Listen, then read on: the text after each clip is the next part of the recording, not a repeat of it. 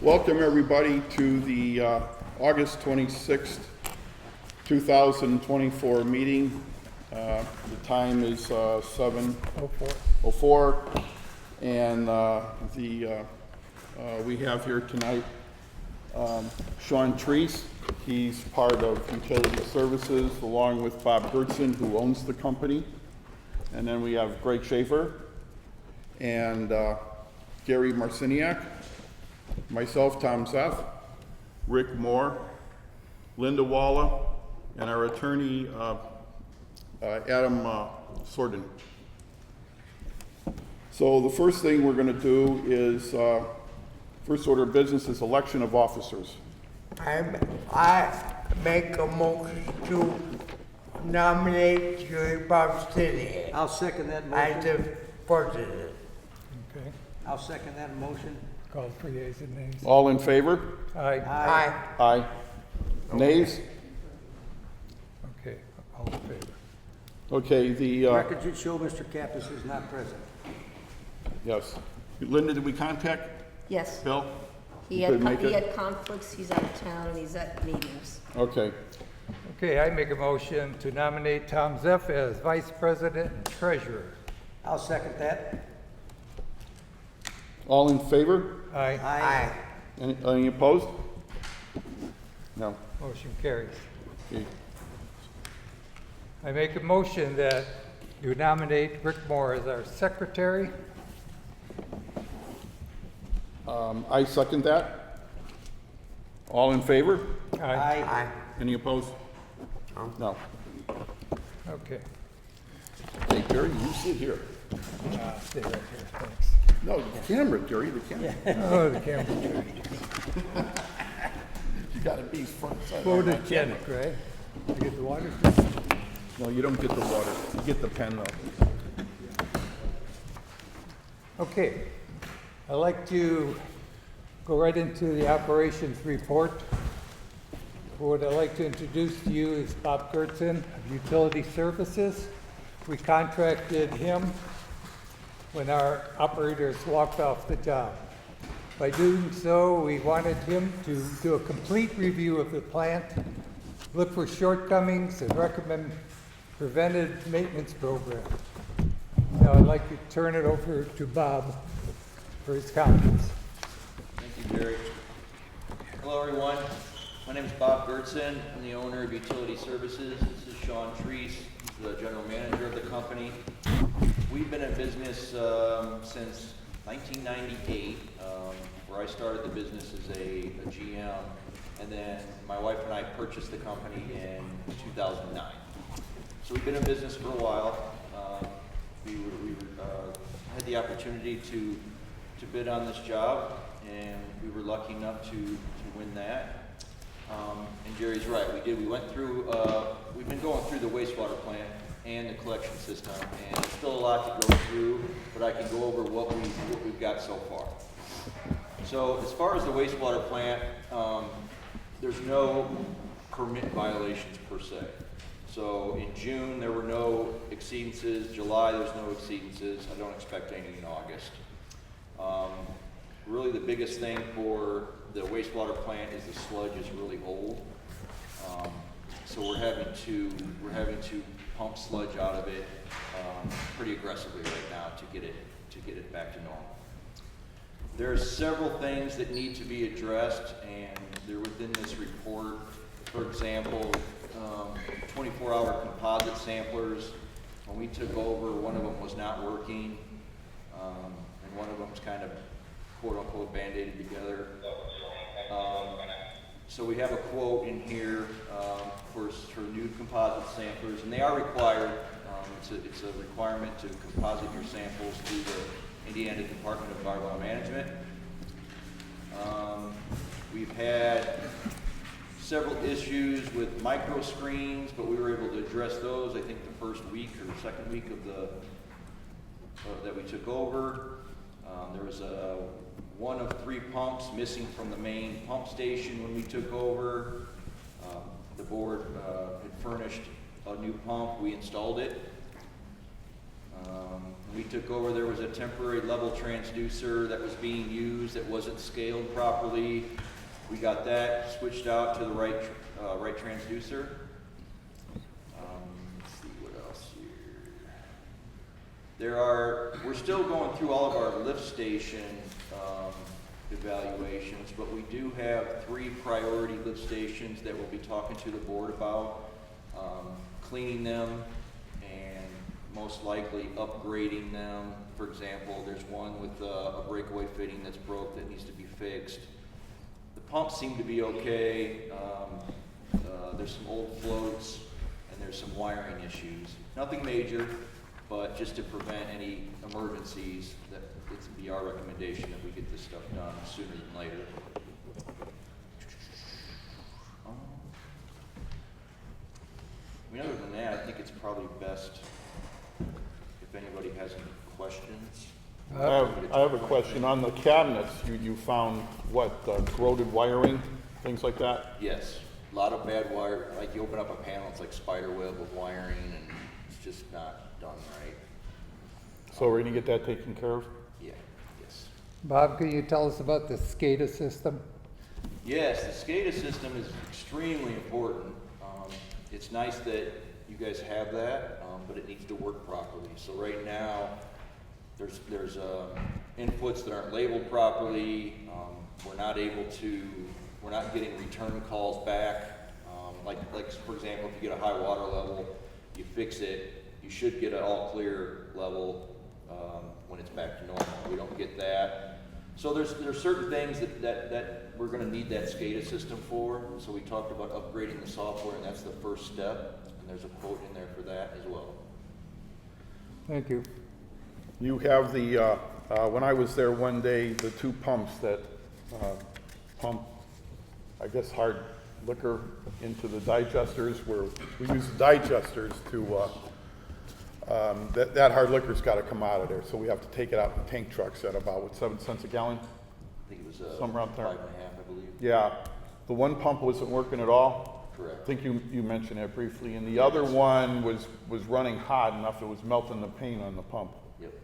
And you guys fixed it in 2 hours, Well, I wouldn't say or at least the fixed 2 it. hours I was there. We got it going, yes. You But got it that's going. one of the lift stations that we're gonna have to look at upgrading some things in there. Pumps and controls Yeah. specifically. Did you schedule the microscreens for preventive maintenance cleanings?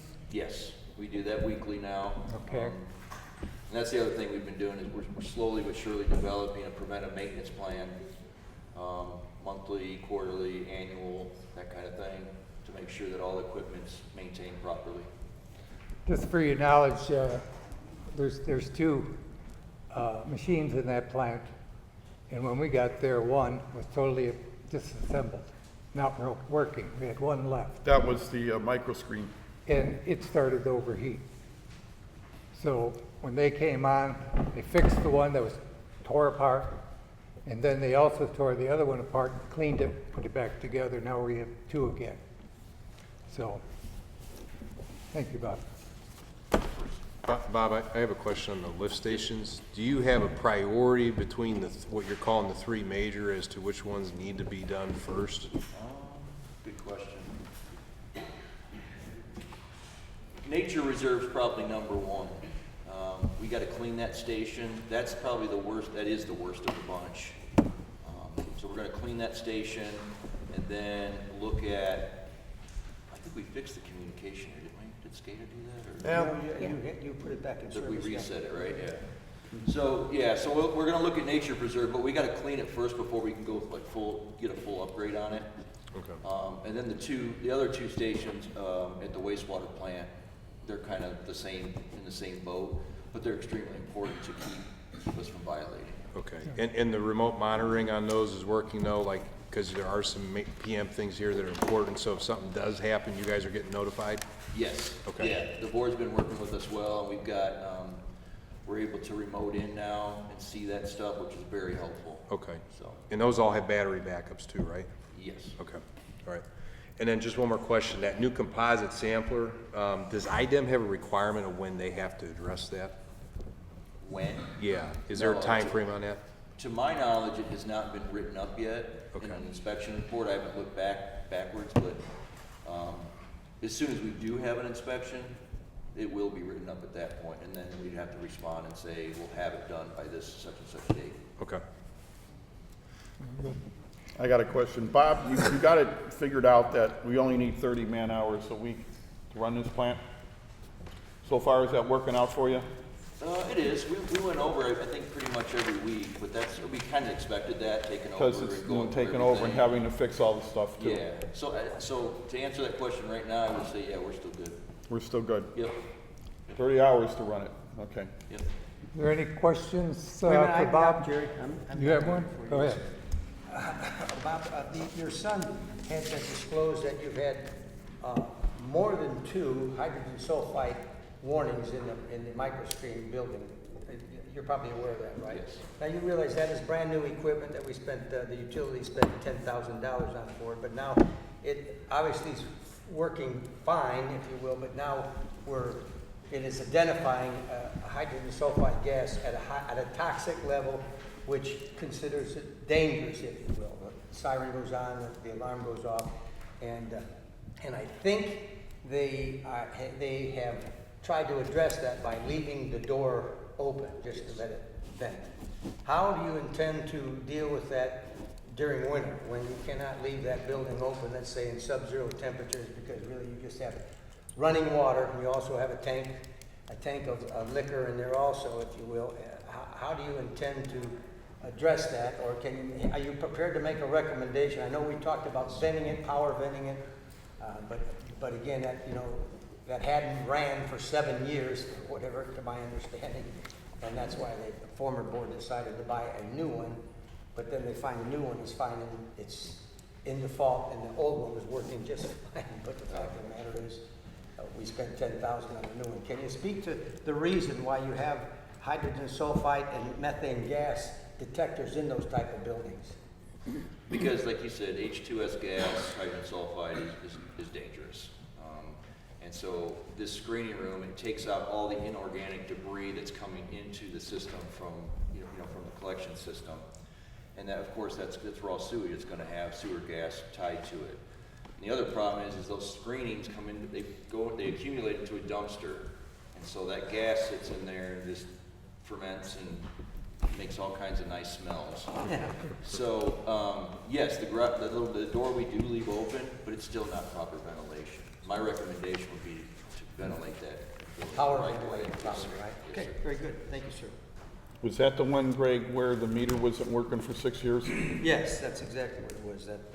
That system, when we found it, if you remember the story, the BP fire chief who lives in Shorewood, came out at absolutely no cost to us and took a look at that equipment and found out that the breaker had been toggled off. And when he toggled the breaker back on, the system went into alarm immediately. And I said, okay, what do we got here? He said, well, there's really 3 options here. He said, actually, what could happen, he said that, the meter could be defective. He said, but generally what it's referred to as the sensors themselves could be bad. And he said, that will cause it also. And then along with that, he turned around and said, well, the other issue in this particular case is that the system itself needs to be calibrated every 6 months, that particular piece of equipment. So you have to calibrate it to make sure each sensor is working properly. So he said maybe they just didn't calibrate it. And I said, well, number 3, he says, number 3, we're in a toxic gas situation. It's doing exactly what it's supposed to do. So I said, what do you do? I said, we were then told that the system was obsolete and couldn't get parts for it. So he quickly called his BP plant in Whiting, which is the second largest utility gas producing, gasoline producing in the entire country, as far as that goes. And he gave him the serial number, took a picture of it, and the guy called back about 10 minutes later, says, oh no, that those parts are available. He said that the equipment's still being made. In fact, he said they're in Texas, and they gave him the telephone number for whatever. So, but the former board decided they would buy a brand new one for whatever, and That's what they did, but unfortunately now, as I described, we are still in alarm. The system is working just like it's supposed to, and the fact of the matter is we've had three, I think 3 or 4 that he had said he had identified, and that's what the solution was, to leave the door open, which is not gonna be the answer. But just for clarification how exactly that went down. Greg, how old is that equipment, the microscreens? The micro screens would be about 12. You know who might know that better? Mr. Colton, did you put those in? Did you put those micro screens in by chance? Those screens, they came in at that time. Yeah, how many years old would that be, would you say then? Your guess is better than anybody else in this room? Yes. 12 years? 2013 maybe. Oh, okay, all right, so 10 years or so. Okay, very good. The reason I ask is that the equipment is, just by looking at it, you can tell it's Tired. worn. Yeah, it's old, and it shouldn't be in that shape, but it is because of the hydrogen sulfide gas. Yes, sir. I want to give Jerry, before we go any farther, give a special recognition to Rick Moore here. He comes in 8 hours a day, and he's organizing everything. And on the first day when you came in, with pop cans scattered all over the place, tools piled on top of tools. Right, Rick? Yeah. It was a mess. It was an absolute mess. And Rick's been 8 hours a day since we got elected. And I gotta say, he's a Hall of Famer, all right. He's done a lot of good work. He's our man. He's our man. I also want to comment that we were using Sherwood's dumpster out back there, throwing a lot of our debris in there, and they never complained yet. But we told them that if we happen to fill that dumpster up, we'll happily pay for it to be empty for whatever. We're usually not throwing that much in there, but there is a lot of trash going out, as Tom and Rick had mentioned for whatever. And I do want to give an accolade to Rick, who's there every day. Every day. I don't think I've ever been there one time where he wasn't there, and I'm there frequently, but not nearly as much as Rick, that's for sure. Yeah. Job well done, Rick. Are there any more questions of Bob? Real Tom Barnett, 143 Guilford. Are you guys a certified operator? Yes, sir. Okay, that's all. Absolutely, yes. Yes, sir. Jeff McDonald, 593. You mentioned a proposal. Are you going to talk about that later in this meeting minutes, or should we talk about that now? I'm just curious, what is the cost of this proposal for these repairs and updates? That we don't know yet. We don't know yet. We have to find out what all of these things are, and then get the pricing. And the community will be informed before, Okay. we're not gonna blindside you. No, everything will be in front of you. Dollars and cents. Okay, with no further questions for I have Bob? one in back there, Jerry. Okay, go. Bill Henson, 248. To that question on the hydrogen sulfide gas, does the plan have a policy for personal entry into that building? And do your people and our people carry personal H2S monitors when they enter that building? Because it is a deadly gas. Yes, it is. We do not wear oxygen meters going in there because it's an open door. It's not a confined space, if you will. Every one of our trucks does carry PPE, for gas masks and stuff like that, if that's ever needed. And all operators are trained to, if you have an alarm, then not to enter that building. And if you do, you better have a mask on. There's no mask that's going to help you with the hydrogen sulfide, probably. Anyway, I would ask the board to address that issue at some point. Definitely. Whether there's a policy needed to enter that area for personal safety. Definitely.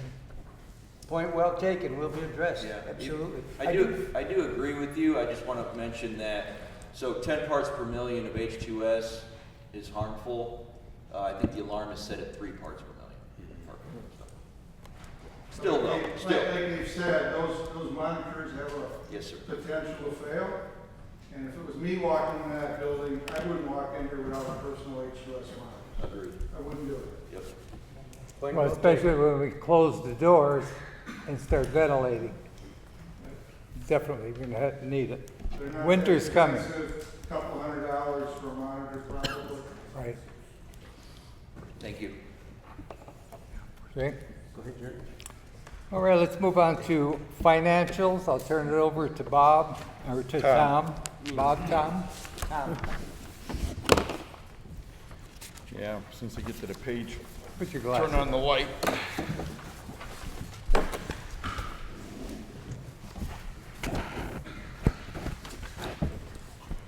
Okay, for the, Hey, can you hold on one second? Jerry, is it, these guys have another engagement. Can they leave? You figured, Yeah, there's no question. Maybe for- just send the direct questions to these guys. We're gonna go ahead and let him get out of here. Go ahead. But I don't know. I think the walk on the nature preserves and the last 2 weeks has been a very bad smell. It's not talking it's all right. Now you It's can a remote suspicious smell. But it seems to be coming from the farm. I can't tell. I went down I there. think they found it, you guys find a That dead was a deer or dead something like deer. that? Yeah. That was a dead deer. I will We took that call when we went in there. BOA removed it. Yeah. That'll do it. Okay. Any more questions to the utility services? If not, we're gonna cut them loose. Is that all right, Jerry? Yes. Thank you guys for coming. Thank you, Sean. thanks a lot. Thank you, everyone. Next time, not do so much talking, Sean. Just keep your hat on. Take care, guys. Thank you, sir. Thank you Thanks, for Bob. coming. Tom, let's go. Okay, for the financials, bear with me, Bree. Okay, for the month of July, we had a line number 1. I know this print is small. I got to do something next month about make the print bigger, make the page bigger. We had $79,371.02 of income, and line 2 expenses was $50,531.43. So we had a net gain of $28,839.59. So that makes our year-to-date, I'm just going to go with surplus deficit there. The year-to-date is we've got a surplus of $97,685.12. Our operating account has $504,860.29. And then the other operating account, and it just has $50. And we just keep $50 in there, Linda, because we're not using it, but people do We have to put their keep it. checks. They No, do have, no. no, not that We one. have to keep it because we have our money Oh, market. that's right, the money market. Yeah. That's the only reason. Okay, and $200 petty cash, so altogether, our total operating fund has $505,110.29. Now, our improvement and replacement fund, we started out with we have 63,100, that's line 14, $63,167.41 in it. That's where if we have to make any improvements or any replace, at all in the community, that's where, that comes out. So year to date, we spent, that's on line 13, we spent $25,357.33 so far in improvement and replacement items. And then our reserve fund, their money market fund has $362,900.21. And we pick up some interest of about $450. And so line 18 is 300, this is what we have in that, in the money market fund. We got $363,346.26. Then we also have a certificate of deposit that has $150,000 in it. And we're not getting any interest on that. That's over with, right, Linda? That is going to be deferred. We will not realize any interest That's- until yeah. 2025. The reason why is because if we collect the interest on it this year, we're gonna go over our 15%. We Or could. would come, yeah, we would go over, or come very close. And we can't do that. We gotta make sure 85% of the money comes from the membership and not from interest or things like that. And our class action lawsuits, we're at line 28 is, we're in the hole $210,185.33. And the year-to-date, line 27, is we spent $476,801.02, and but we did get a check for $275,000, so we're in a hole a couple $100,000, and I don't see us crawling out of that one anytime soon. Thanks, Jerry. And then the line 29, total reserve funds, that's the money market, the CD account, and the class action lawsuit. That gives us $303,160.93. And then we have line 30, unrestricted funds. We've got right now we got $871,438.63. That's what we got right now. And year to date, the grand total of all our expenses, so far we spent $493,958.15. That's the blue box.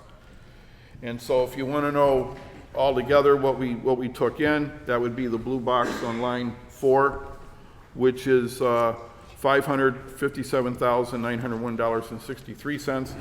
And our expenses for the year so far are $493,958.15. So that's where we're at. Anybody got any questions? Yes. Terry Bodge, one of our president of the utility. So, just probably nitpick this, but No, go ahead. just trying to understand, on the line 2, you showed expenses of $50,000 and change. Right, for the month of July. Yeah, and then you got this nice little page here that says paid July expenses. And that totals $32,800. Linda? That is because these are operating expenses and checks that were written for operating expenses. That list that you got there, we didn't put in, we didn't list everybody's paychecks, everybody's the payroll quarterlies, health insurance, 401k, stuff like that, because those are, we don't know it's gonna be going. We canceled our 401k, we canceled our health insurance. So where is utility services fees? We didn't pay one in July. We didn't do it until August. We got a bill for what, Linda? What It was like that? $7,900 because it was $7,900. prorated. So they're billing us in arrears? Yeah. Yes. Yeah. Yeah. And Not what's the projected at? Monthly? 10, right? It doesn't have to be exact. It's supposed to be $9,500. Okay. And that will go. When we had employees, it cost us over You will see $12,000 that a month. on the same sheet next No. month. Okay, Yeah, we're gonna break it down this way, where you could see all of our expenditures for the month. So that expense goes into line 2. That's right. okay. Arrearages, you're gonna go Okay, down. yeah, arrearages. For the month of, okay, let's go July 1st. We gotta flip over one more page. We've got, we don't have anybody on a payment plan. And as you can see, is the breakdown in the areas, but we got $19,624.11 of money to collect. And then in August, that's the month that we don't receive any money because everybody's paying in July. It's always higher when the checks come in, and then people start paying when they realize they forgot to. It's down to $10,580.54, and that's from 82 people. So everybody understand how that chart works? Anybody got any questions? Okay. Okay, now we move over into the July 2024 paid expenses. These are all the checks we wrote and the amounts and kind of a brief description on what it is. But we have Linda. What? It's Oh, the it's just the page, whole- it's a whole page after, it looks like this. It's the last page in your guys' package. The last page.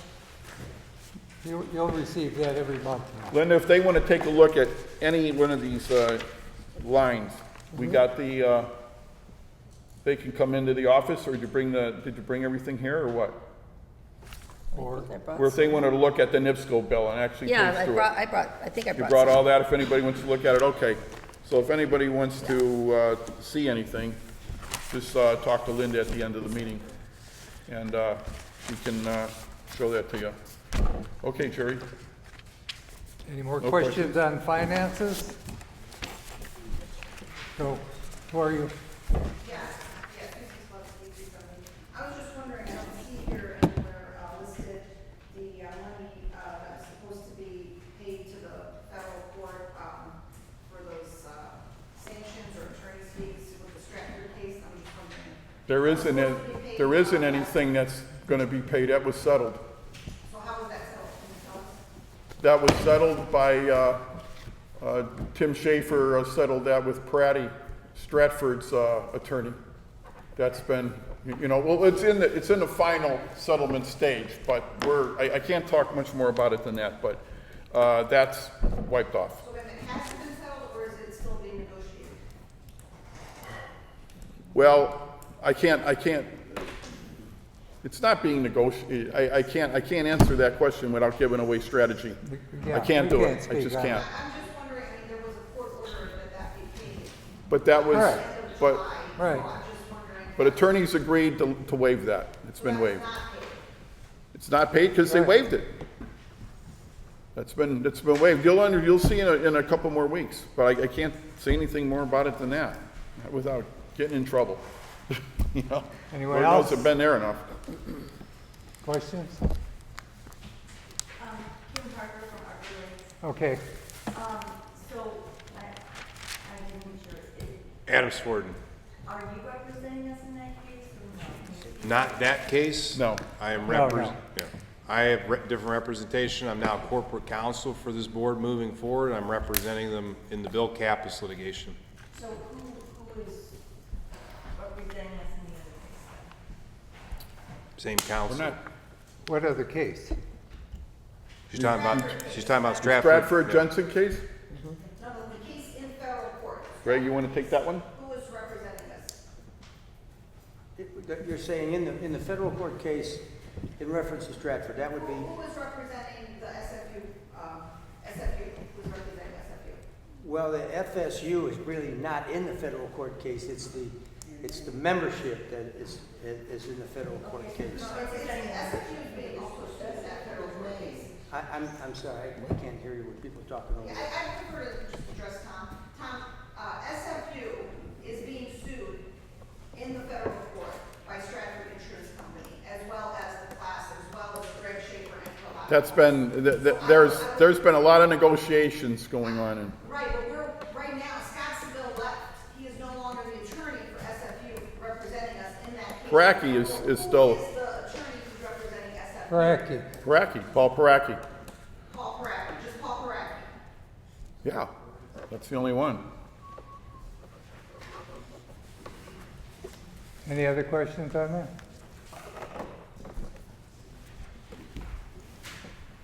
Okay, Jerry. Okay, we're gonna move on to unfinished business. The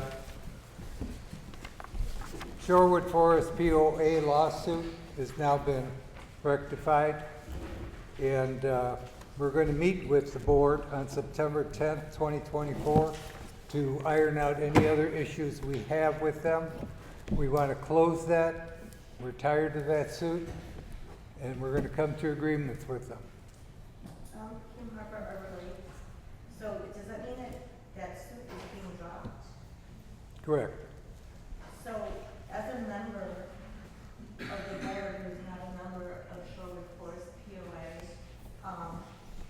how does that affect us? Because are we not in fact losing money that we come into Shorewood Forest utility? Well, here's the thing.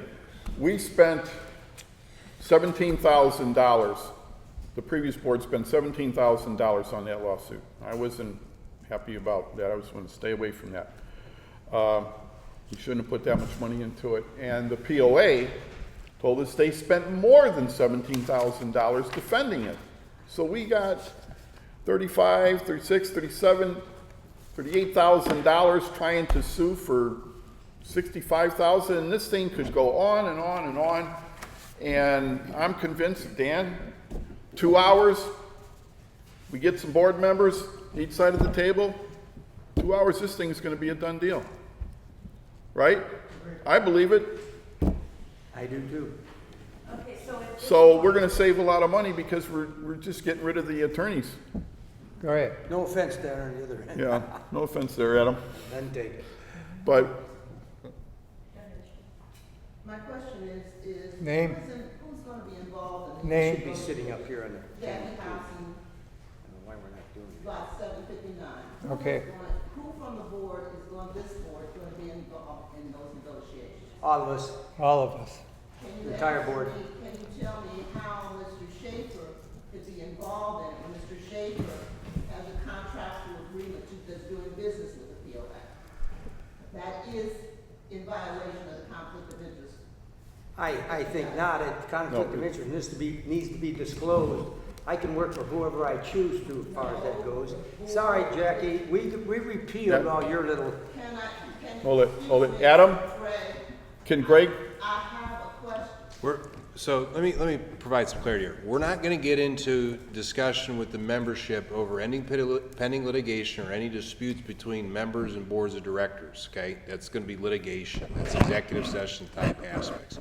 If you have a question over what the board's gonna do for official action moving forward in some of these issues, you can ask that, but we're not gonna get into an argument over that. I'm not arguing, I'm asking a question as to whether or not, given his contract with the POF, he's supposed to be negotiating from the SFU point of view.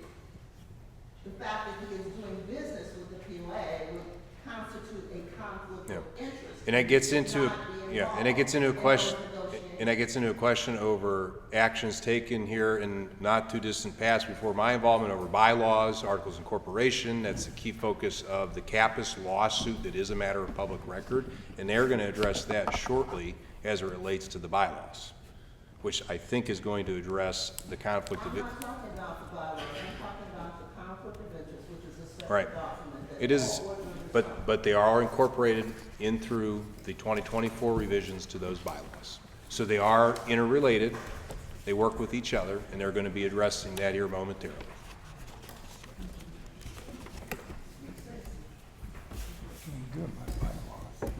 So just. next question. Move on. wait, wait. Going back to the lawsuit being dropped and stuff, I'm just going to make sure that, SFU is still willing to pay for the sewer line issues over in our states. Sewer line issues. Maybe Mr. Everton can speak on behalf of that, but don't we have some money coming from, or from coming regarding Shorewood about the sewers, the issues that we're having with the sewers? We don't, our place doesn't have any agreement to collect any money from the SFU. Frankly, the discussion that I had with Forrest before the changeover, and I paid a lot of the leaks. His comment was, he's not a board member, he's not an officer, was that those lines were owned by SFU and it's their responsibility to fix them, whatever might need to be fixed. That's the long and short of the conversation. Then I guess I'll change the question to, are you aware of the issues that we're having in our relationship with the sewer line? Yes, Is we there are. a plan to address them? Yes. Okay. Matter of fact, this week we'll be out there to inspect that. As a matter of fact, this evening, I viewed the videos of your sewer leakages. And now we have to figure out how we're gonna rectify that. And undoubtedly, yes, we're gonna tackle that one. There's many of them we have to do, so.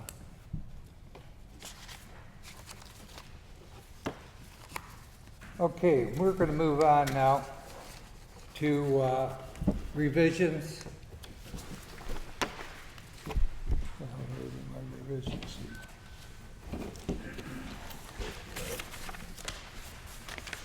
We're going to, and we said we repealed the 2024 articles in the bylaws.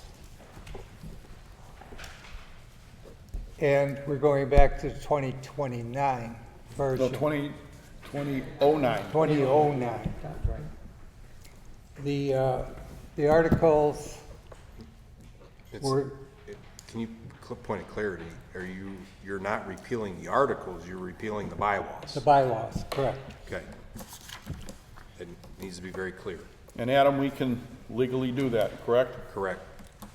There's no problem with just saying, we're not doing these 2024 bylaws, we're going to the 2009 bylaws. So this kind of dovetails into the question one of your members had in the back. So there were revisions made to the bylaws in 2024 that basically were trying to do an end around your articles of incorporation. Your articles of incorporation supersede your bylaws, and the articles provide that this board, by a simple majority, has the ability to change the bylaws. And so it was an attempted end around to remove that. It's a shall provision in the articles, so they can't be done. Just like anything else that can't be done, it's in violation of a state statute, a federal law, or even if it's an IDEM regulation, because we're subject to the jurisdiction of IDEM, it can't be done. So when it is done, unless they repeal it, it's unenforceable. So the recommendation that I have given them upon review of that is they're going to go back to the last fully approved and authorized and not in conflict with the Articles of Incorporation, the last set of bylaws.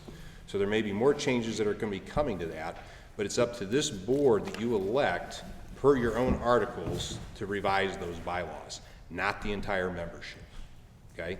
So what was attempting to be done, and this is probably going to be part of my aspect in recommendations of the board moving forward on this position, is these articles that were attempted to be circumvented have their own amendatory process. So if we're going to amend the articles, that comes back to the membership, okay? Some of you here are members of the SFPOA Homeowners Association.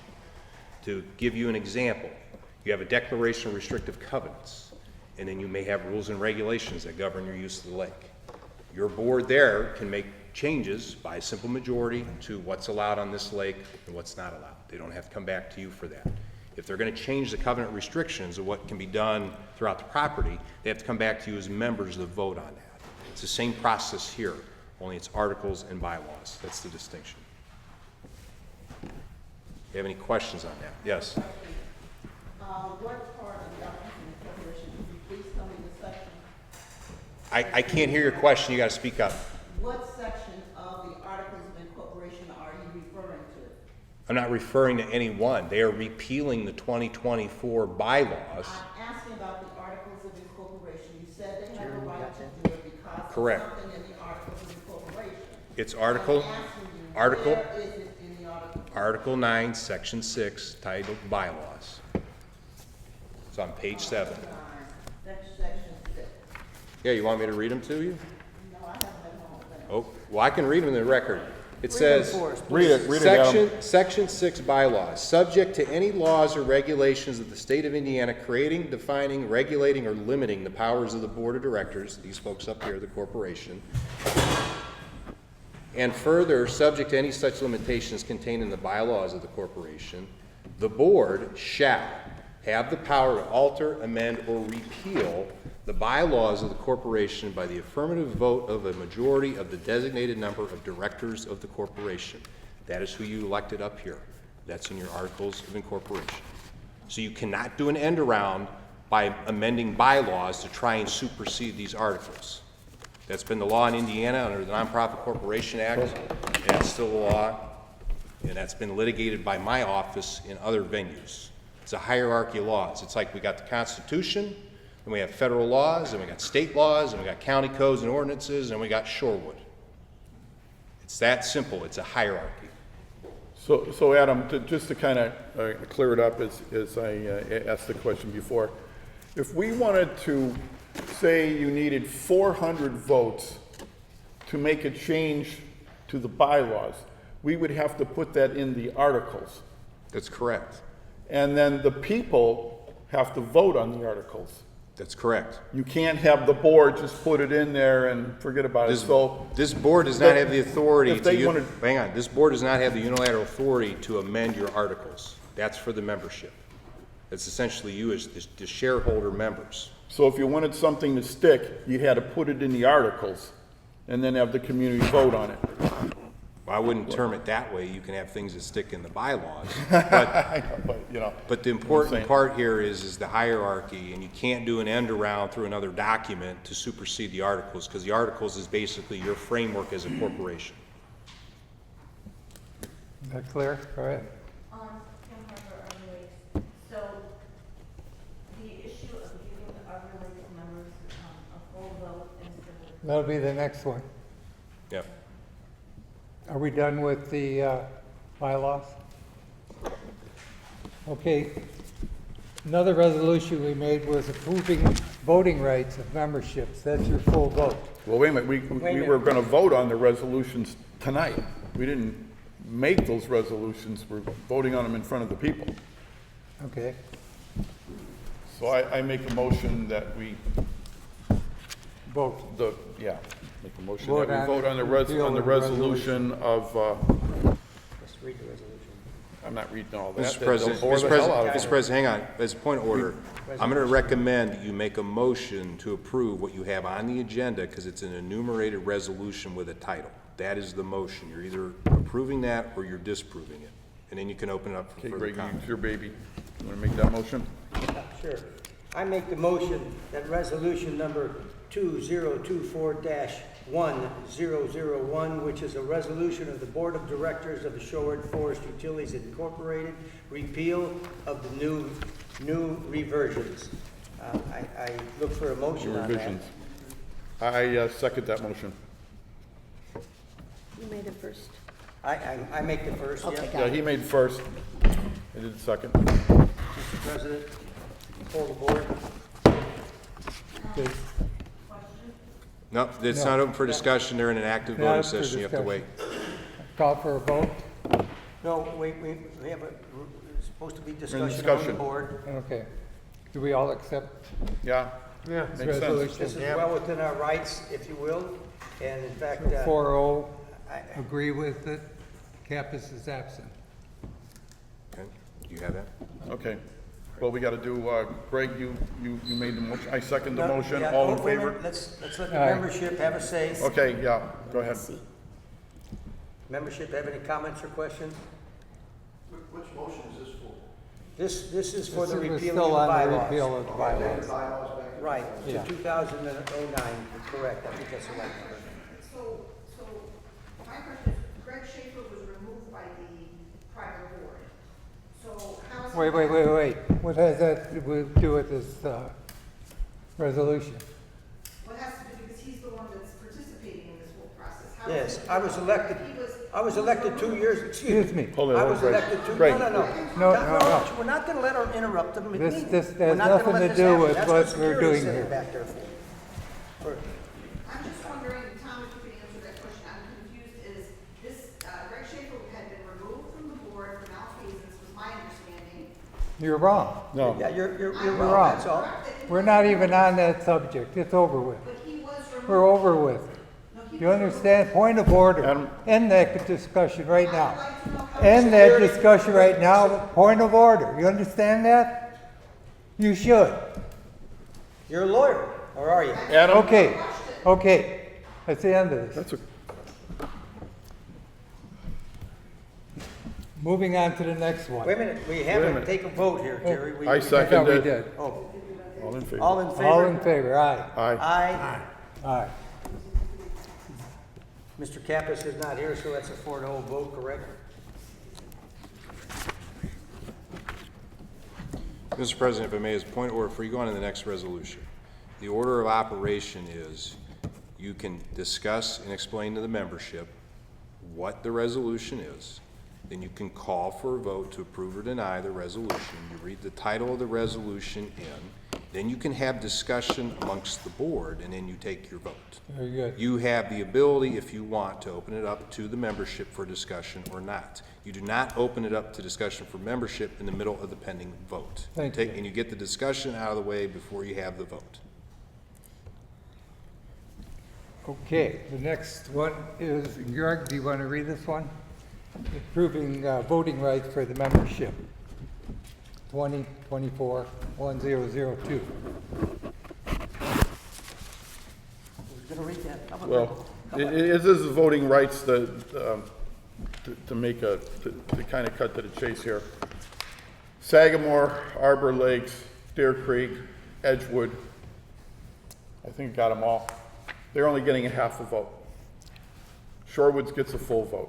It was put in there by Donna Atherton back in 2009 to assure that Shorewood Forest would be able to maintain control of the utility. But as it turns out, you can't give them a half a vote, it's illegal. So we don't even have to vote on it because they had a full vote all along. Right, Adam? Did I get that right? Internal Revenue Code has this entity defined as a 501c12. Well, Okay, under there are specific requirements for this organization to maintain its non-exempt tax status. You cannot have classes of membership. It's one member, one vote. It's that simple. We're not opening it up for discussion yet. They can decide as a board if they're going to take any comment. any discussion on this? No. They've had the one vote all along, right? Correct. So there's nothing to vote on. We've always had the one vote. Yeah. Unless we can go through the formality of voting. There's a degree of common sense that goes with this decision too. And the fact of the matter is Shorewood does get a full vote and pays $65 a month. All parties outside of Shorewood pay $65 a month and gets the exact same service, but they want to go ahead and discriminate against the outside members. Now, they were quick to take their money, if you will, and I talk about money that is taken, what's called a capacity fee, that the developer pays into the utility, if you will, so they have money to expand the plant, let's say, for instance, or stick the money in the bank. It doesn't really matter what they do with it.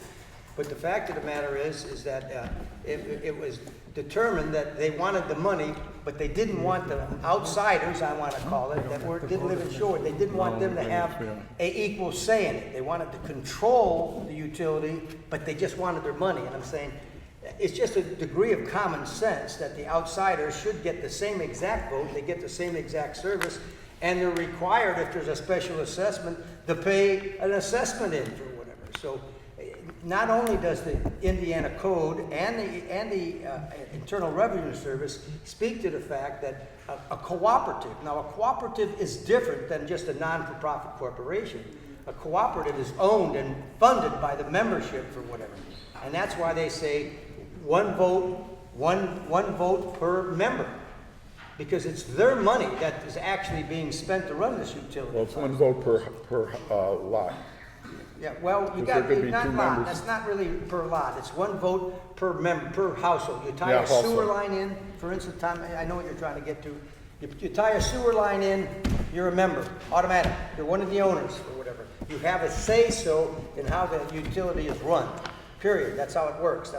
That's the rules of, if you want to be tax-free, if you don't want to pay taxes, you don't want to pay real estate taxes, if you don't want to pay income taxes, you don't want to pay sales tax, you don't want to pay any of that. Well, the IRS says, here's the rules. And one of the rules is one member, one vote. End of story. 85% of the money must come from the membership. You can't start selling cars out on the street and suddenly make a nice buck and then turn around and put that in the kitty saying, well, if that represents more than 15% of your gross income, you know, nobody goes to jail. They just strip you of the 501c12 title, which is all tax-free. And they just tax you as a C corporation, just like any other corporation in the country. You pay sales tax, income tax, real estate tax, and that's the huge advantage of the 501c12, which we operate under. And that being said, what's that? Great. What we're doing is we're correcting a wrong, okay? This clearly states that they get one vote. Jackie, you want to say something? My question is, my understanding that we are a 501c12 company. That's correct. Correct. Corporate, By, yes. because that's what we want to be, to save taxes, right? It's not we don't have to be one, is that correct? That's correct, you don't have to be one. My understanding is that you can't just change even the old bylaws where it has anything to do with a vote based on the fact, other than if there is a law. That is the law. Says it's not the law. It's It a is the law. regulation. There is no law that Just, requires Jerry, you let to her, be a let her say her 501c12 piece. Don't argue. There's no law that requires you to be one. You could stop being one today, if that's what you wanted to do. So you're saying, you're using the regulation as if it's the law. It is not the law. This is a voluntary thing you're asking to do, which is to be a 501c12, and in order to be such, you have to comply with the regulations. The regulations are not the law, because there is no law that says we have to be a 501c12 company. So I want to know how you're doing this. Okay, so have you read the Articles of Incorporation? This membership has agreed to be a nonprofit corporation under the laws of the state of Indiana under the 1970s Nonprofit Corporation Act, which means you have to designate a nonprofit status, which comes from federal code, which is the Internal Revenue You Code. don't have to be a co-op. There are a lot of 501c regulations.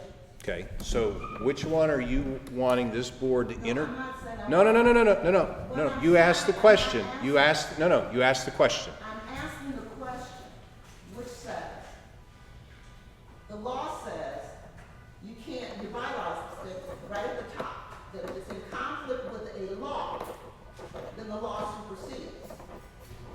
Okay? So if it were a law, then the law should. Including your Articles of Incorporation. Honestly, Yeah, okay. yes. In your Articles of Incorporation, let me explain this to you. Your Articles of Incorporation define you as a nonprofit corporation under the laws of the state of Indiana.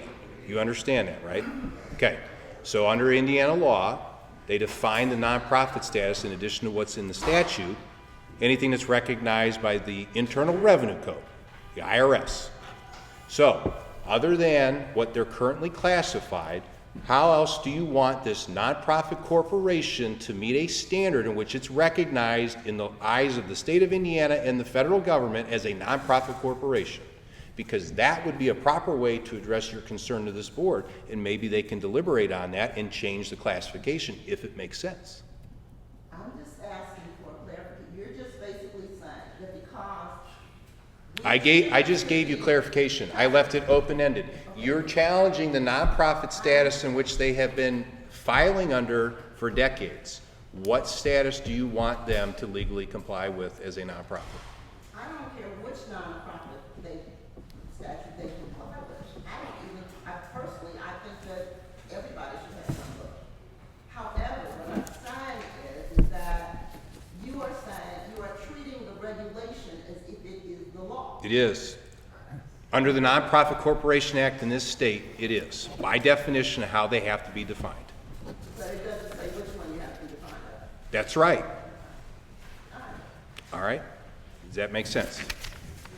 No, but that's okay, that's your. Well, I can't help you there. Okay. Any more questions on this? Okay. We accept this resolution? I'll make the motion. I'll second it. All in agreement? Passed. Okay, we're gonna move on to contracts. So we have, We accept it. so Sagamore, Arbor Lakes, Edgewood, Deer Creek have a full vote. They always had that. Just didn't know it. Terry has a Question? Not to be argumentative, because that's clearly what the regulation says. It has always said. I agree, the regulation said that. Okay, we're a 501c12 today. That's all that matters. Right. That's all that Right. matters. And as that, we can only have one class of membership. Correct. Now, Okay. here's something to consider when you guys have nothing else to do. If we were supposed to have one vote all along, then theoretically, every vote taken since then, where we had half a vote is invalid. Yeah. Now, perhaps it wouldn't have mattered at all. Things would have turned out exactly the same, but like I said, when you have nothing else to do with your time, think about it. Well, this was the first step, it's wrong and right. Well, I think it's great, I'm just saying, there's a legality there. I'm gonna comment. Okay. I'm gonna comment. You know, that's, you want us to review all those questions, right? No, I'm making a comment. Okay, a comment. Because to your comment, do you want us to review whether we want Arbor Lakes to treat Arbor Lake sewage system, if you will, or not, or do we want to send you down a road to Velvo for whatever? So I know that's not what's Greg, meant. Greg, hang on, point of order, But if you're asking point of a order. question, Greg, point of order.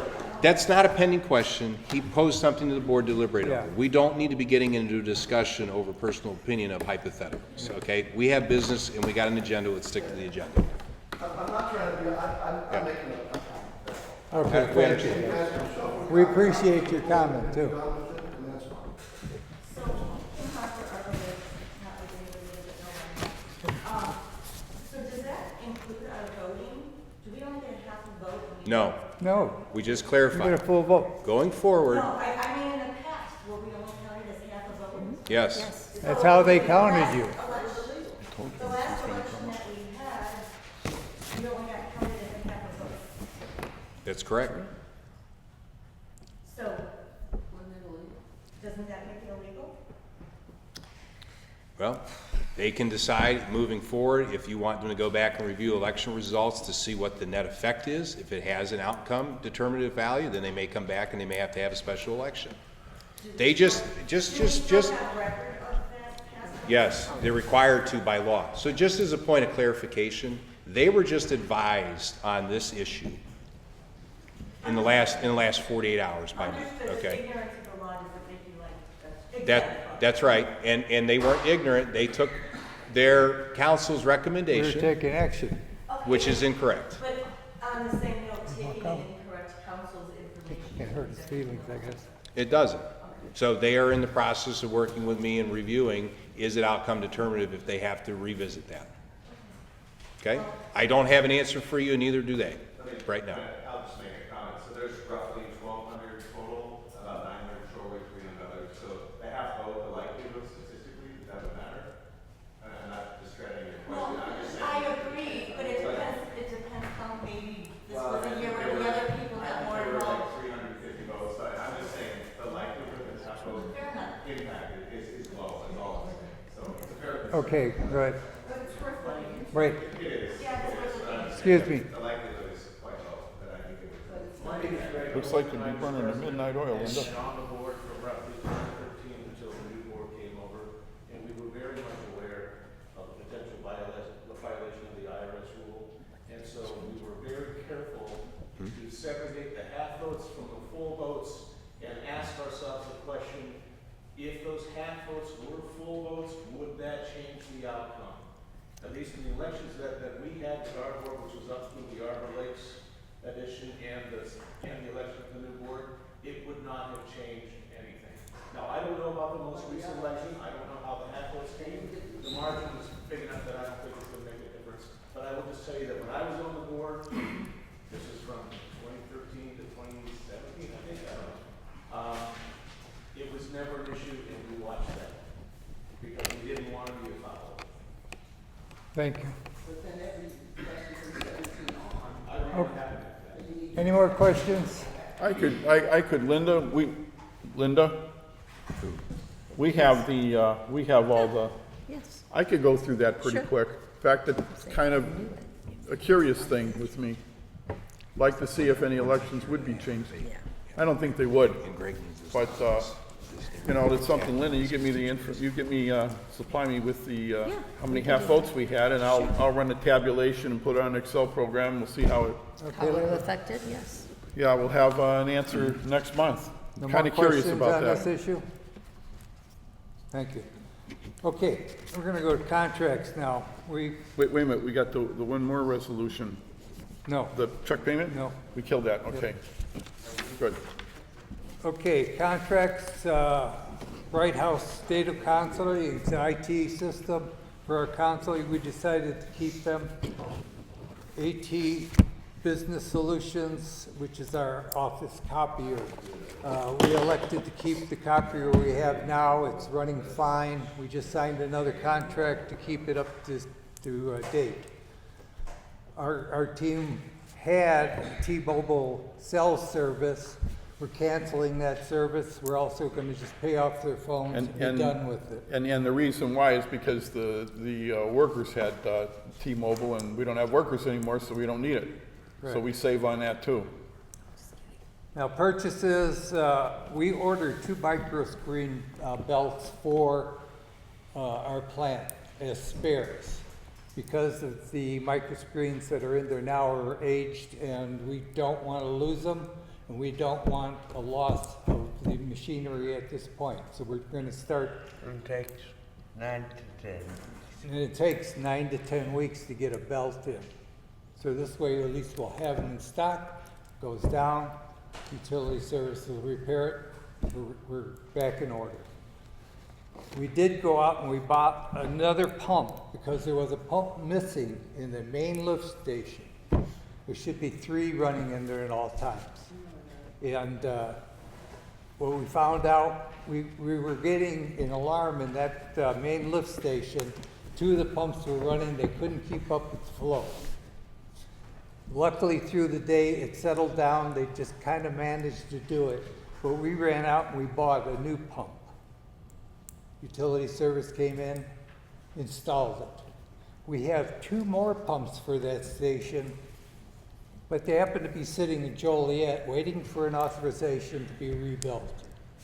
I thought we did Since that. then, No, we got one. We got one. we got one back. Okay, we just authorized them to get the other one. So we'll have 2 more backups for that station. We don't have to worry about it. You know, we're going to try and do this with all of our stations, you know, and we're going to try and modernize them also. They're all using the same cutter type pump. And it'll be standard. If we need one, boom, we'll grab it and put it in. Mr. President, if I may, if Mr. Shaper has left the meeting, you need to make a record of that for the minutes. About 5 minutes ago. I didn't even see him leave. Okay, thank you. You're welcome. Okay, an upcoming project, Arbor Lakes pipe repair. That's the one we're gonna be looking at. I'll probably be out there this week sometime to try and figure out what we're gonna have to do there. I did look at the videos of the televising of it. We did see the leaks in it. Now we just have to figure out how we could create. So I think one of the pipes is under someone's driveway who has an immaculate yard and a beautiful driveway. And my thought is, let's, What lot are you? Not that one. 13. that's No, it, you're not. that's it, that's it. Now, No, the thing to do on that would be if there's a connection under the driveway, move about maybe 6 or 7 feet off the driveway and connect that pipe over there, and then the pipe that's under the driveway, just plug it up. And then we don't have to dig up the driveway. That's how I would do We're gonna it. figure it That's out the somehow engineering to coming take out of care me, of the it, engineer. So, We might not be able to do that, but I think we could probably pull that off. I hate to dig up someone's driveway, it's just perfect.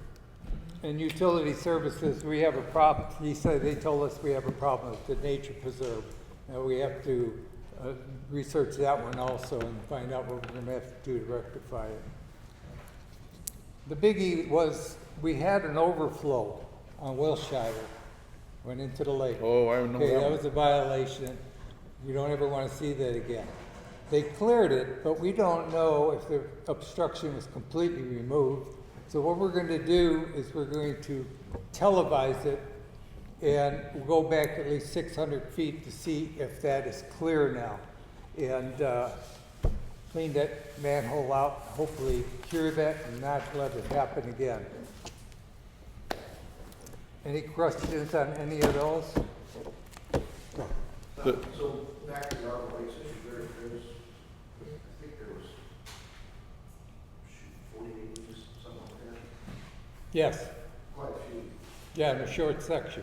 Yeah, and Forrest described a potential repair process, a high-pressure ground process that would be done through the existing sewers, and absent something being under a driveway, he described it as, we wouldn't even know they were there. Have you guys thought about that at all? Have you come to any kind of? No, I just started looking at that today. today, you know, this is the Today. first time. I was viewing the televised of the pipe, and hopefully we could figure it out, you know, it could be injection of, Go, right. yeah, grout, or possibly a sleeve, I don't know. We'll have to figure that one out. And is it something that you might start on this year, or is it the next year? Hopefully, yes. Yeah, hopefully. Yes, we will. We've got the give you- money, we just Yeah. let's get going on it. See, you know, as being the treasurer, the one thing that kind of bothers me is, and it's no fault of any boards or whatever, but when you're sitting on about $900,000, and we got money markets and CDs, I get the feeling we're just an investment company. You just take your money and invest it. Let's get it in the ground where it can do good and keep the costs down. Doesn't do us any good to have that money sitting around. And when Linda starts talking about, oh, if we put it over here, they got a higher percentage rate, I'm like, wait a minute. We're a sewer company. We move the poop through the pipe. We try to do this without raising your rates. We don't want any violations, you know, and you know, that's what we need to do. We need to get things fixed. And so, to me, the sooner we fix this stuff, the better. That's one reason why we're trying to do this preventive maintenance, okay? If we see there's problems, we'll address it, but then we know that we have to keep up with it. So, just like those micro screens, now weekly they clean them. Yeah. We don't let them overheat, we don't let them jam. Just simple logic. Jackie? I assume the Aug26 project is gonna have to be, contracted out. The what will? I beg your pardon? What? We're not sure about that. That would be something utility services could handle. I'm They assuming could if they that wanted to. They're gonna handle it if they can. Is it going to be included in their contract, or is this just à la carte? It depends on what it is. They have like, if between 6 a.m. and 6 p.m., if something goes wrong and they fix it, they don't charge us, like the 2 pumps feeding into the digester. There was no charge on that. I'm just asking. But I don't know that yet. That's a good question, Jackie, but I don't know that yet. Okay. And I'm assuming the nature preserve, that's included in the contract? I'm asking Once again, it just of depends these 3 things. what it is and and when they do it. And the televising of the Wilshire manhole, you have to put in the contract as well? No, they don't do televising. No. We will have it televised. So there are some à la carte. Absolutely, absolutely. And it's possible that the Arbor Lakes project, as well as the televising, and what about nature But- reserve? They're gonna do that in the contract, or we don't know? We don't know, but I tell you, I don't think our guys would have done that. That would have been contracted out. They televised, Arbor Lakes, I assume they could have televised. Did they televise a mile worth of, Jerry, did you see a mile's worth of pipe that Forrest televised No. this year? No, we didn't see, we can't find it. If he I did, we was don't know looking where it through is. 'em. Go ahead, Dan. DNV 887. Could you just describe the nature of the nature reserve problem? No, tell you the truth, I can't because I wasn't out there. But I'll talk with Bob and we'll go out there and check into that. Yeah, there seems to be- And we'll report back to you on that. There seems to be excessive flow going into that lift Yeah. station. More than what should be. And on a dry day, if you still got the flow, something's getting into the pipe. And that means we're treating that. And that's just costing the community money when we're treating things. Plug the leak, we don't have to treat it. And so, you know, we don't know where it is yet, but we know that there's a problem out there. Is there potential contamination of the nature reserve? No, I but don't we just think got, we just got more water that's coming to the, you know, to Shorewood, you know, to the utility company. And that's just a higher cost for everybody. Any other questions of the board? Mr. President, For any questions, just general? go ahead, sorry. I noticed, I looked at the website, and we were told that the films of the meetings were gonna be on the website. I didn't see the annual meeting on there, I didn't see the one that you had on the 15th of July. Well, the guy that was here left, but Greg's the one that's got he's got the film, right? Do we have it? Linda, do you have the film? No, Greg's got it. But you haven't gotten it from him in a month. We will get them on, undoubtedly. Because you And said. these will be on there This was also. one of your promises that you would do. And that you're doing this in lieu of minutes. I'll give you another promise, they will be on, It will be on. absolutely, all of them. Can you give us a date? Can I give you a date? Yeah, I could give you 26th of August. No, I mean, When they'll be on, I can't give you a specific date, no, because we have to contact our data firm and get that taken care of. But they usually do within a day or two. Okay, and we're gonna, so then in a day or two, we should have them on. So if you send them over there, they would be on there within a couple of days. That's right, that's what we'll do. So if you get them, since they're already done, we could probably see those in a matter of a couple of days if you send it over there tomorrow. As soon as we can get them to them and they post them, then they'll be on. So why haven't they been put on yet?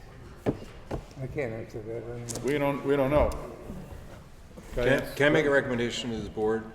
Do the two of you want copies of those in advance before they go up on the website as a records request? Yes, sir. Okay, we'll treat that as a records request. We will get those to you and you'll get an email link where you can access them.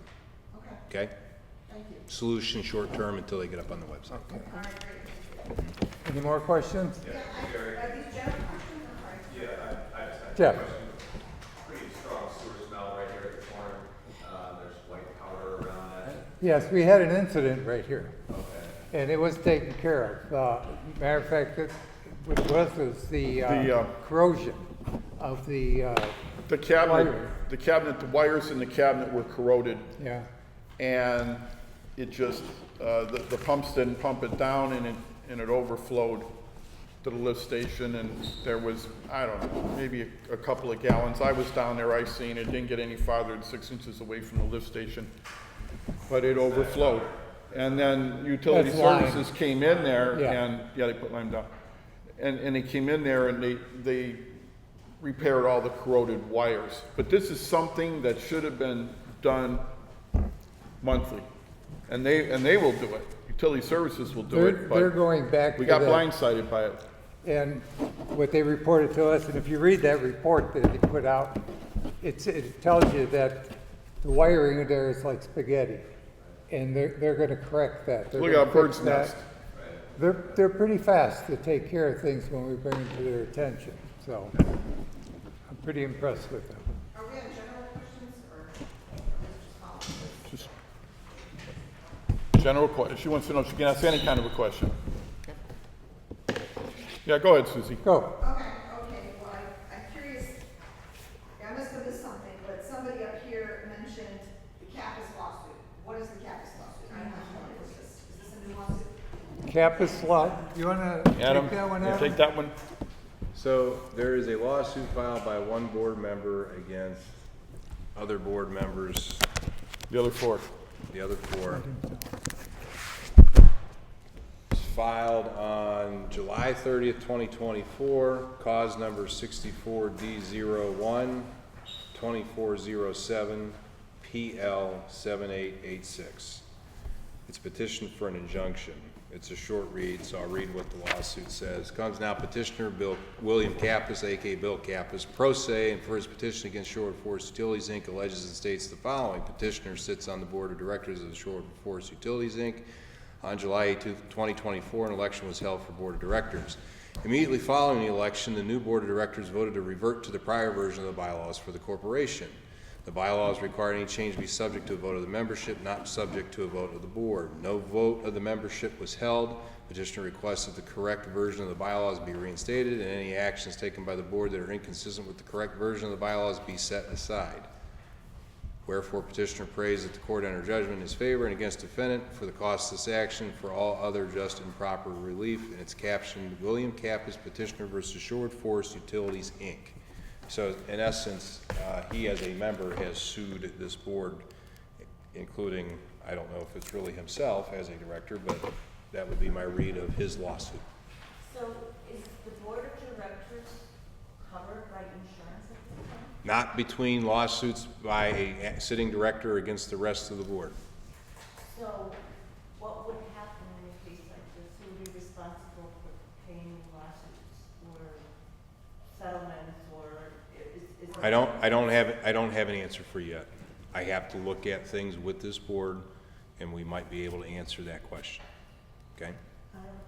Answer, this board does not have D&O or directors and officers insurance.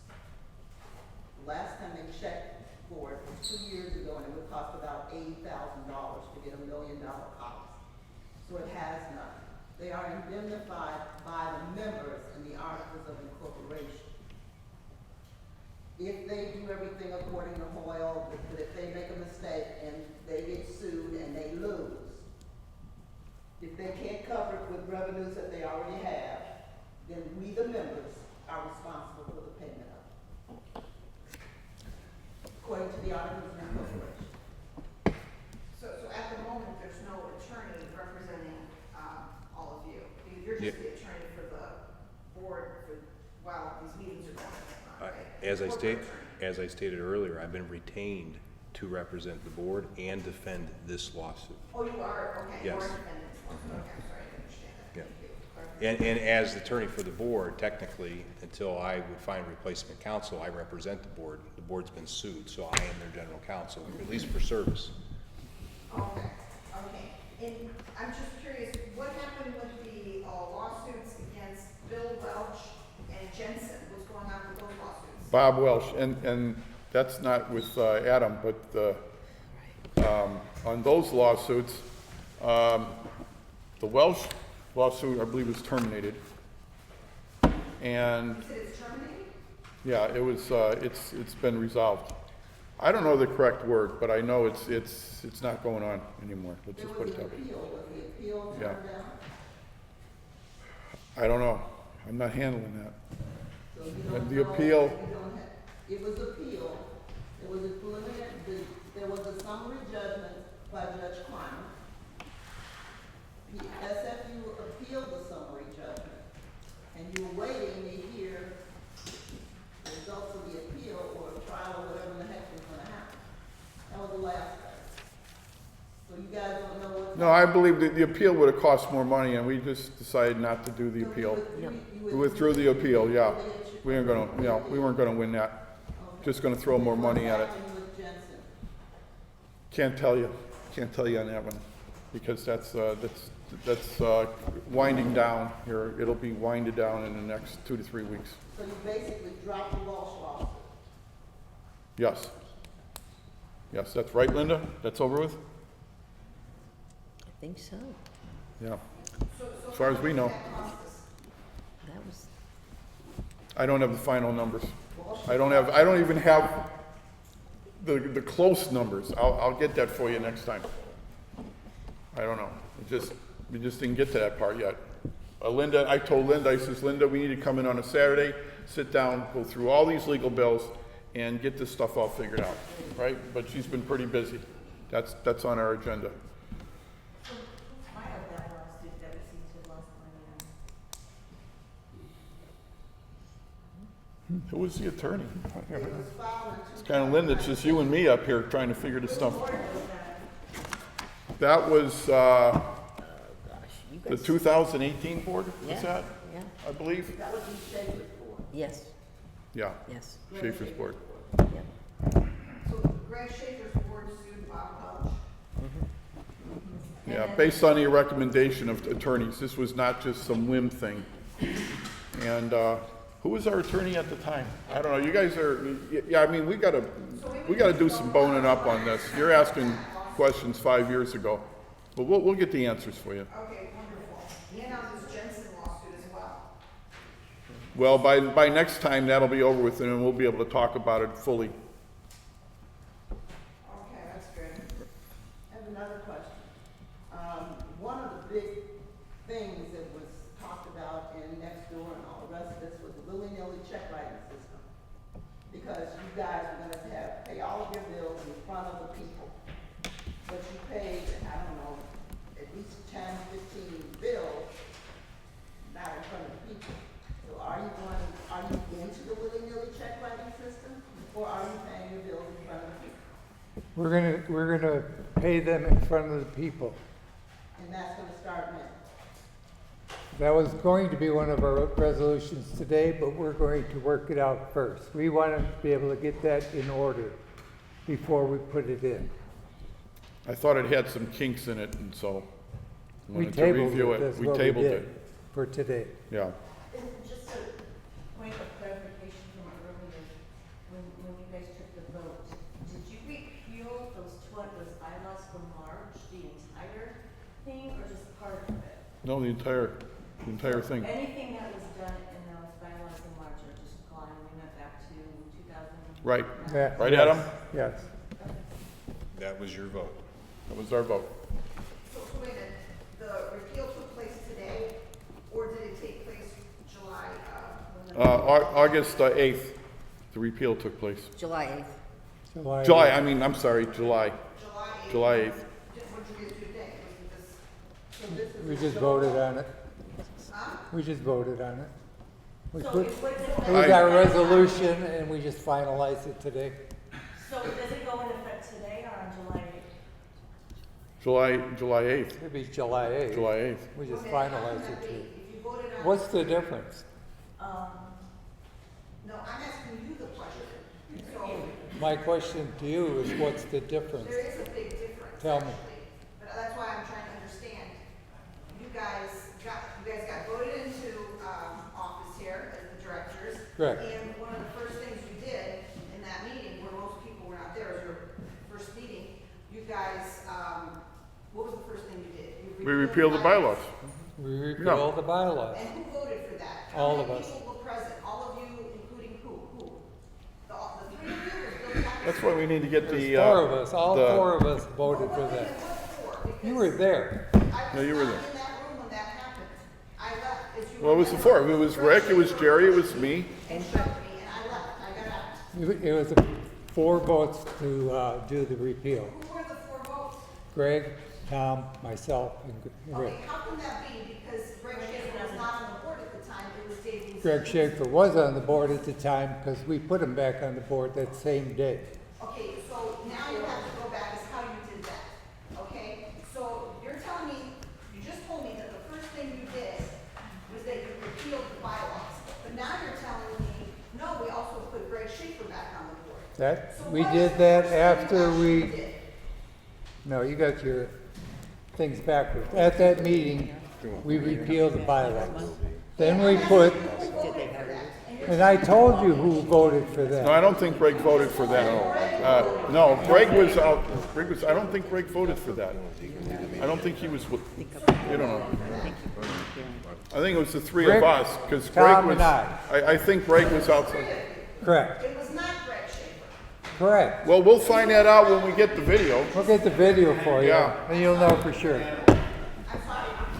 So it was She's asking which came first, the chicken or the egg, is what she's Yeah. asking. I understand her question. You don't seem to understand that you're just like sort of misleading me when you. I'm not misleading anybody, No, no, we're not doing it. no.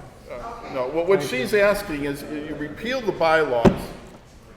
Greg Schaefer couldn't be part of that vote because Greg Schaefer wasn't on the board. So you gotta put Greg on the board first, and you can't do that because the 2024 bylaws say he can be on the board. Or no, not the bylaws, the board said that, I'm sorry, not the bylaws. So she's asking, how can you do this before you do that? So she's asking which came first, chicken or the egg, and I don't think Greg was, we'll find out. And then you guys put Schaefer back on the board. Will Kappas was not there in the room with you, is that correct? No, he was not, he was outside. Okay, did you guys notify Bill Kappas that there was gonna be a vote? Well, Did you guys tell him what was happening? he went outside, they told, no, he knows that we have, So, so now. he knows that we have the second meeting, the meeting of the directors. Somehow ratifying these, I'm confused as to what is going on. So- It seems to so me the- you guys are ratifying these bylaws. So, let me provide clarity. There is a resolution that was passed tonight that identifies the prior meeting action they took at a noticed meeting where the membership was invited, where a vote was taken. That's the resolution. So to answer your question is, they voted July 8th, they took their action, now they have a resolution to back that up. Okay, my understanding is that that meeting is sort of the first meeting, sort of a reorganization meeting. Nobody in this community was ever notified as to what actions you all were planning to take. Meaning number one, repealing the bylaws, there was not any. That was on the flyer. There was, and there was. Yeah, no, you were all well aware that that was our intent to do that. I'm sorry? Everybody was aware of what we were going to do. That was on the flyer you guys I was sent. not aware. Yeah. Nobody knew what you guys were going to do at that meeting at 10 o'clock over at the pizza. I can't say it was 10 o'clock because it took that long to count the votes. Okay, so we're But- arguing about the time or what you did? No, we're talking about what you did. Yeah. Nobody was notified about what you were doing there. There was barely any people there, and most of the people had exited the room because one of these people here, Schaefer, became aggressive towards a couple of people, one board member and myself. So most of the people exited that room, of the people that were left. So do you think it's fair what you did? Yes. That night? Yes. You're wrong. It's not. Yes, Can I ask, totally right. I'm gonna have a point of order here. Ultimately, at the end of whatever this exchange is, what is your goal? I'm sorry? What's your goal? My goal? Yeah. I'm trying to figure out I'm what, trying to figure out, okay, how all these things were done, basically, almost covertly, okay? Okay. The way I see it, without everybody being notified. We had one gentleman who used to be on the board who was removed by the prior board. I- for malfeasance. can you get- Now all of a sudden he's back Okay. on the board. What's I'm the trying goal? to understand okay. how all this happened. So what is your goal? Without people knowing, What without people being notified. Susie, I wanna know Susie, what- I'm gonna ask you again. I don't need a narrative. I'm just What telling you, I wanna is know. the goal? I would like to, knowledge is my goal. I would like to know what is going on, number one. That's what I wanna know. Okay? How on earth they did all this, basically in secret?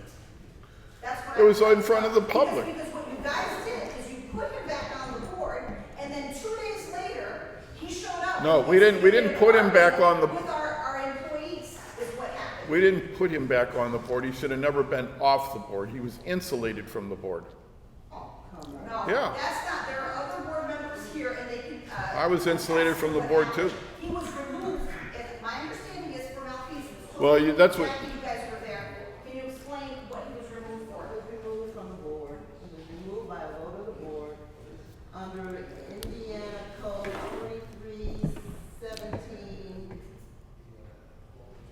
2317-1210. Okay, Jack, I want to ask you a question. Did you follow the law when you fired him? Did you, for malfeasance, you threw him off the board, correct? I didn't throw him off the board, the board voted to throw him off. Okay, the board did that. And what were the procedures you used to do that? Can you tell me? We made a motion, You made a motion. and it was voted on. That is not the way you do that. You should read that. You didn't do it properly. A complaint has to be made to the president. The president has to put a committee together. Did you do that? Did you do that? Can I tell you? You did not form a committee. The committee has to report back to the president. You didn't follow the rules. Can I tell you what's going on? Yeah, tell me about it.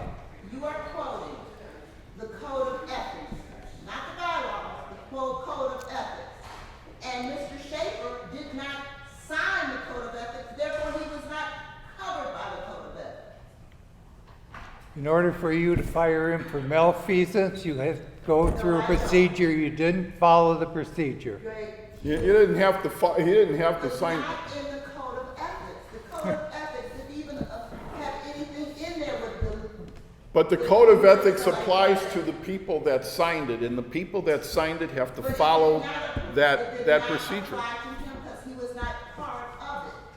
But it applies to everybody else that had to go through that procedure in order to get him insulated. What was the most stringent thing you could do under the code of ethics? Okay, well, we've heard enough of this. It's not going to go anywhere.